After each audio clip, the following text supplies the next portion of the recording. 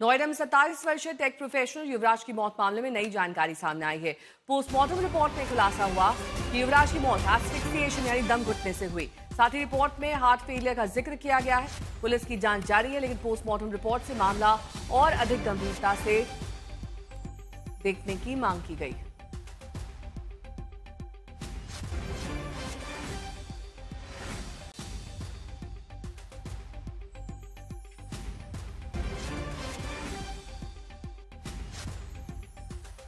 तो नोएडा में इंजीनियर की मौत का ये मामला है, उसमें बड़ा खुलासा हुआ है। अब दम घुटने से इंजीनियर युवराज की मौत हुई है, ये सामने आया है। पोस्टमार्टम रिपोर्ट में खुलासा हुआ है एस्फिक्सिएशन यानी कि दम घुटने से मौत हुई है। जब पानी में युवराज था उस समय पर रेस्क्यू नहीं किया गया। अरविंद ओझा जुड़ गए हैं तमाम जानकारी के साथ। अरविंद, क्या डिटेल्स हैं पोस्टमार्टम रिपोर्ट की? देखिए, जो शुरुआती पोस्टमार्टम रिपोर्ट आई है नेहा, उसमें जो मौत की वजह है वो दम घुटना बताया गया। जाहिर सी बात है, पानी काफी ज्यादा था और कार के साथ जो युवराज है वो उसमें समा गया था और इस वजह से दम घुटा और उसकी मौत हो गई। पोस्टमार्टम रिपोर्ट में हार्ट फेलियर का भी जिक्र है। जाहिर सी बात है, दम घुटा, उसकी वजह से हार्ट फेल हुआ और युवराज की मौत हो गई। तो ये शुरुआती पोस्टमार्टम रिपोर्ट की डिटेल्स आज तक के हाथ लगी है, जिसमें ये जानकारी आई है कि जिस तरह से हादसा हुआ था और रेस्क्यू करने में देरी हुई थी। खुद पिता जो युवराज के थे वो खड़े थे वहां पर। युवराज चीख चिल्ला रहा था खुद को बचाने के लिए, लेकिन रेस्क्यू में आई देरी की वजह से युवराज उस पानी में समा गया था। पोस्टमार्टम रिपोर्ट सामने आया, जिसमें दम घुटने से मौत की वजह बताई जा रही है। और जिस तरीके से 2 घंटे तक वो मदद मांगता रहा, क्या कार के अंदर फंसे होने की वजह से या फिर पूरी गाड़ी अंदर चली गई और डूबने की वजह से उसकी मौत हुई, और यही सब कुछ पोस्टमार्टम रिपोर्ट में भी आया? नहीं, बिल्कुल। देखिए, जब ये पूरा हादसा हुआ, डिवाइडर को तोड़ते हुए कार पानी के अंदर गई, उसके बाद ऐसा नहीं है, कोशिश की युवराज ने अपने पिता को भी फोन किया था, मदद मांगी थी। उसके बाद पिता ने स्थानीय पुलिस को कॉल किया था, लेकिन धीरे धीरे जो कार है वो पानी में डूबती चली गई और युवराज भी जिंदगी की जद्दोजहद कर रहा था। लेकिन चूंकि वक्त काफी हो चुका था, रेस्क्यू में देरी हुई, इस वजह से वो कार के साथ जो पानी में समा गया। अभी भी कार जो है उसको बाहर नहीं निकाला जा चुका है। पोस्टमार्टम रिपोर्ट जो सामने आई है उसमें दम घुटने से मौत की वजह बताई गई है। नेहा,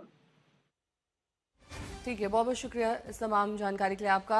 6 अलग अलग तस्वीरें हम आपको दिखा रहे हैं किस तरीके से ये इंजीनियर नाले में डूब गया। बेहद दुर्भाग्यपूर्ण तरीके से इसने मदद की गुहार भी लगाई, इसके पिता मदद लेकर भी पहुंचे, लेकिन 2 घंटे ये फंसा रहा। उसके बावजूद इसकी जान नहीं बचाई जा सकी, क्योंकि वहां पर उपकरण तो मौजूद थे, लेकिन जो लोग वहां पर मौजूद थे वो रेस्क्यू के लिए प्रशिक्षित नहीं थे।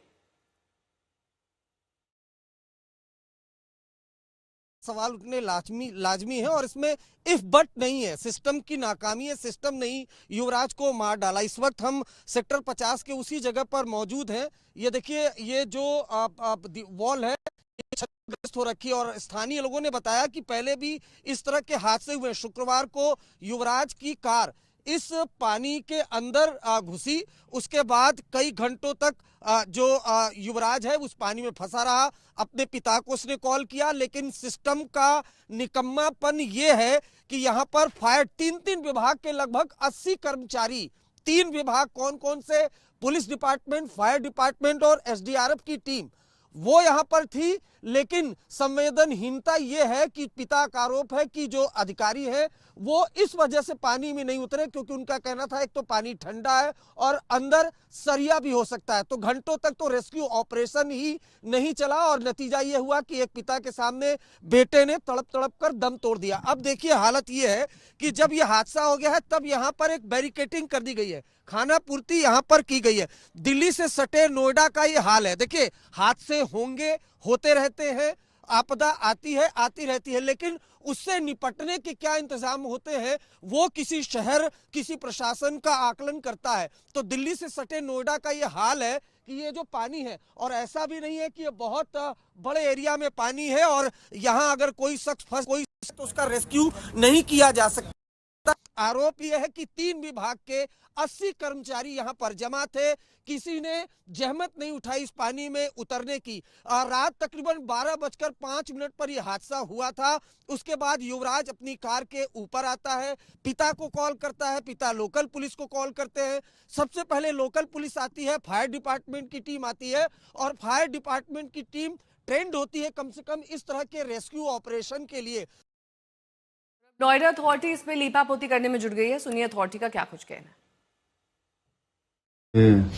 एक जेई है, उनको सेवाएं समाप्त कर दी गई है प्राधिकरण स्तर से, और शेष जो है स्पष्टीकरण मांगा गया है साहब के स्तर से संबंधित का।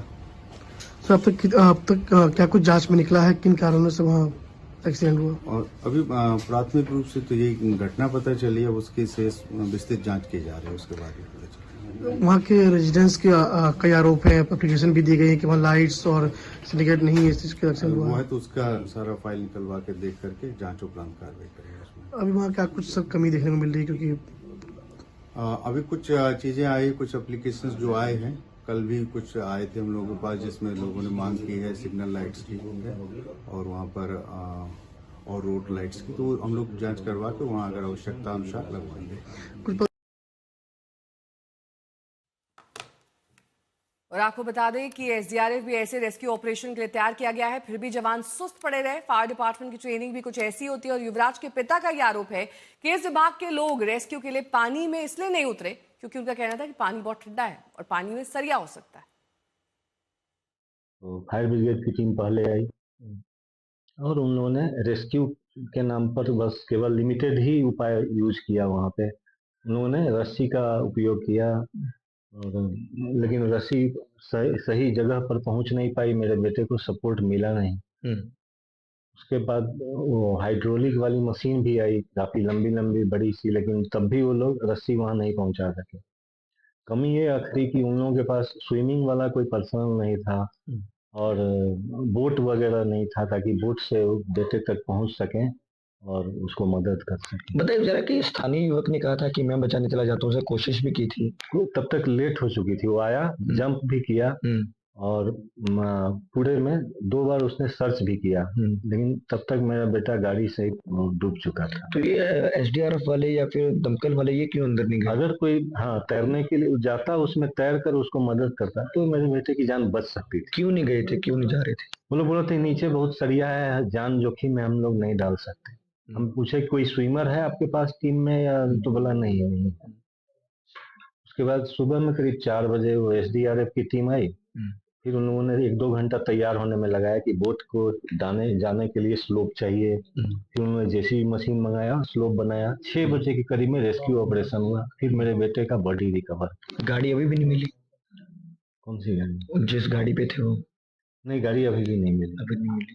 तो ये पानी अक्सर भरा रहता है या अभी भरा है यहाँ पे? नहीं, पानी अक्सर उसमें रहता है, मैंने हमेशा रहता है पानी। बताया जा रहा है कि सर पहले भी एक घटना हुई ट्रक वाली कोई, यहाँ ट्रक वाले 1-2 सप्ताह पहले ट्रक वही उसी रूट को तोड़ करके ट्रक घुसा था नाले में, लेकिन चूंकि ट्रक का साइज बड़ा था तो आगे ज्यादा नहीं बढ़ा और ड्राइवर को बचाया जा सका। लेकिन बड़े बेटे की गाड़ी तो उससे कंपेयर टू ट्रक जो है छोटी थी, वो सीधा नाले में चली गई थी, तो उसी रूट से। उसी रूट? हाँ, क्योंकि उस रूट को बंद नहीं किया गया था, कोई प्रिवेंटिव उपाय वगैरह कुछ नहीं लगा नहीं था, नहीं तो जाता ही नहीं। मेरा बेटा बहुत सिंसियरली चलाता है गाड़ी। तो आप किसकी गलती मानते हैं इसमें? आप निश्चित रूप से अथॉरिटी की गलती है इसमें कि उन्होंने सही समय पर सही एक्शन नहीं लिया और मेरे बेटे की जान चली। अब आपने एप्लीकेशन किसके खिलाफ दी है? वही अथॉरिटी के खिलाफ दिया और आज तो बिल्डर के खिलाफ भी मैं दिया। अब आप क्या चाहते हैं? मैं तो यही चाहता हूँ कि अकाउंटेबल पर्सन को पर सुटेबल एक्शन लिया जाए और प्रिवेंटिव उपाय किया जाए कि आगे रेकरेंस नहीं हो इस चीज की। तो आपने पिता को सुना किस तरीके से वो नोएडा अथॉरिटी को जिम्मेदार बता रहे हैं कि वहां पर कोई साइनेज नहीं लगाया गया था, किसी तरह का चेतावनी बोर्ड नहीं था, इसी वजह से यह हादसा हुआ। मौके से मेरे सहयोगी अरविंद ओझा की ये रिपोर्ट देखिए। शुक्रवार देर रात युवराज मेहता गुरुग्राम से इस रास्ते से अपने घर की तरफ आ रहा था, सेक्टर 150 में अपने घर की तरफ, और सामने की तरफ ये देख पा रहे हैं इस इलाके में जहां बैरिकेडिंग हो गई है, यहाँ से जो उसकी कार है वो तेज रफ्तार से आती है और सामने की तरफ ये जो यहाँ पर बेसमेंट खुदा हुआ था, एक बिल्डर का ये प्लॉट है। इंक्वायरी यहाँ पर चल रही है और इसी में जो कार है युवराज की वो जाकर के गिर जाती है। उसके बाद युवराज मेहता हिम्मत दिखाता है और उसके बाद अपने पिता को कॉल करता है, रेस्क्यू करने के लिए कहता है। पिता स्थानीय प्रशासन को, स्थानीय पुलिस को कॉल करते हैं। पुलिस यहाँ मौके पर आती है तो देखती है कि जो युवराज है वो अपनी कार के ऊपर बैठा हुआ है। चूंकि अंधेरा था, जीरो विजुअलिटी थी, दिल्ली एनसीआर में घना कोहरा बीते कुछ दिनों में बकायदा पड़ रहा था और इस वजह से विजुअलिटी यहाँ पर कम थी।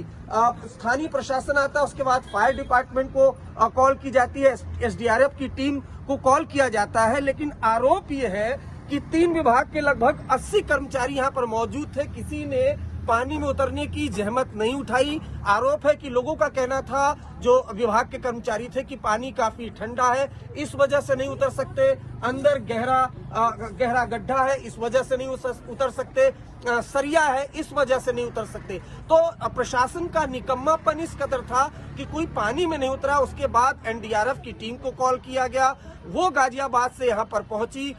2 घंटे का वक्त लगा। उसके बाद एक जो स्थानीय लड़का है वो यहाँ नीचे उतरता है, जो युवराज है उसको बचाने की कोशिश करता है। 2 घंटे तक तो जो युवराज है वो चीखता चिल्लाता रहता है और आखिरकार जो पिता है उसके सामने बेटा अंतिम जो सांस लेता है और दम तोड़ देता है। जो पिता है उनका आरोप है कि रेस्क्यू ऑपरेशन वक्त पर नहीं हुआ और जिस वजह से उनके बेटे की जान चली गई। तकरीबन 4.5 घंटे बाद युवराज की लाश इस जो गड्ढे से निकाली गई।